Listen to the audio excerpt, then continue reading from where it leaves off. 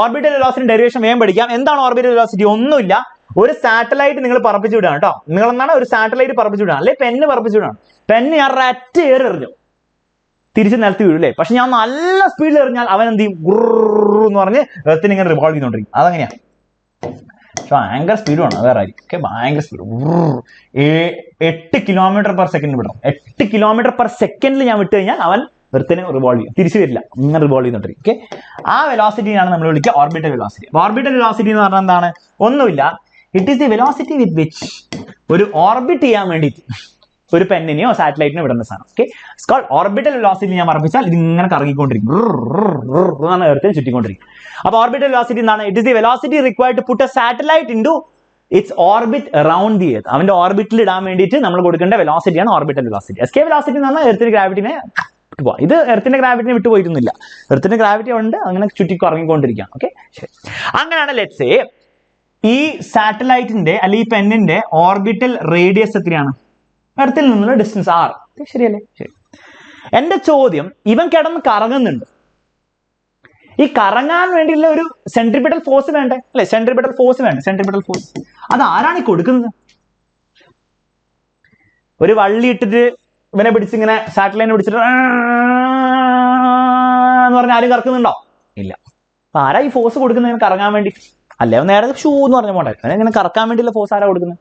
അല്ല, ഇവൻ ഇങ്ങനെ കറങ്ങിക്കൊണ്ടിരിക്കല്ലേ എന്ന് പറഞ്ഞ കറങ്ങല്ലേ.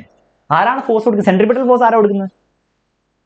എർത്തിന്റെ ഗ്രാവിറ്റി ആയിരിക്കും അല്ലെ. എർത്തിന്റെ ഗ്രാവിറ്റി വേറെ ഏതെങ്കിലും ഫോഴ്സ് ഇവിടെ ഉണ്ടോ? എർത്തിന്റെ ഗ്രാവിറ്റി ആയിരിക്കും കൊടുക്കുന്നത്. എർത്തിന്റെ ഗ്രാവിറ്റി പിടിച്ച് വലിക്കുകയാണ്. എത്രയാണ് ഫോഴ്സ്? എത്രയാ സെൻട്രിപിറ്റൽ ഫോഴ്സ് കൊടുക്കുന്നത്? ഗ്രാവിറ്റേഷൻ ഫോഴ്സ് എത്രയാണ്? Gmm ബൈ എത്രയാണ്?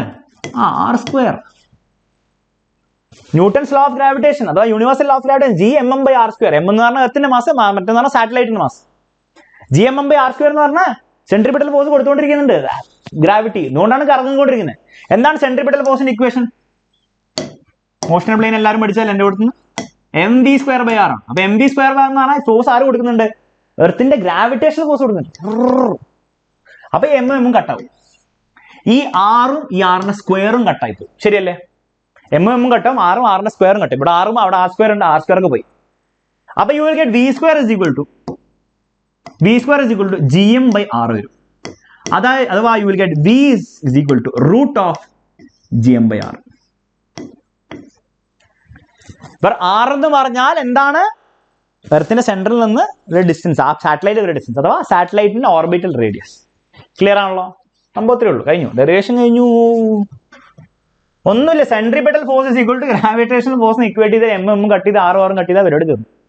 ഇത് മനസ്സിലാക്കാൻ എന്തെങ്കിലും ബുദ്ധിമുട്ടുണ്ടോ? ക്രിസ്റ്റൽ ക്ലിയർ അല്ലേ? എന്താ ബുദ്ധിമുട്ട്? Centripetal force mv²/r, gravitational force Gmm/r², രണ്ട് equate, cut r cut v² സാധനം കട്ടി, കഴിഞ്ഞു. എല്ലാവർക്കും ക്രിസ്റ്റൽ ക്ലിയർ ആണല്ലോ? ഓർബിറ്റൽ വെലോസിറ്റിന്റെ ഇക്വേഷൻ കണ്ടുപിടിക്കാൻ വേണ്ടിയിട്ട് ക്രിസ്റ്റൽ ക്ലിയർ ആണല്ലോ? ആണോ ആണോ ആണോ ആണോ പറയൂ.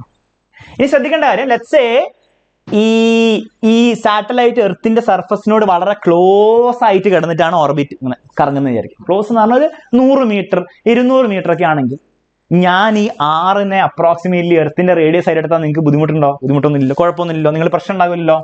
അതായത് ഇഫ് സാറ്റലൈറ്റ്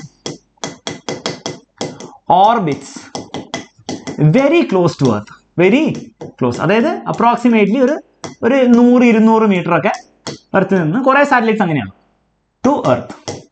അങ്ങനെയാണ് ഞാൻ എന്താണ് കുഞ്ഞാറിനെ ഞാൻ ക്യാപിറ്റൽ R ആയിട്ട് എടുക്കും. ഓക്കെ, ഞാൻ എർത്തിന്റെ റേഡിയസ് എടുക്കാം. So you will get orbital velocity is equal to √Gm/R. ഇത് നിങ്ങൾ കാൽക്കുലേറ്റ് ചെയ്ത് നോക്കിയാൽ approximately you will get 7.92 km/s. Approximately 7.92 വരും. 7.92 അല്ല 7.9 km/s. അപ്പൊ 7.9 km/s എർത്തിന്റെ അടുത്തുള്ള ഒരു സാറ്റലൈറ്റ് കടന്നു. ഓക്കെ, ഇതാണ് ഓർബിറ്റൽ വെലോസിറ്റി.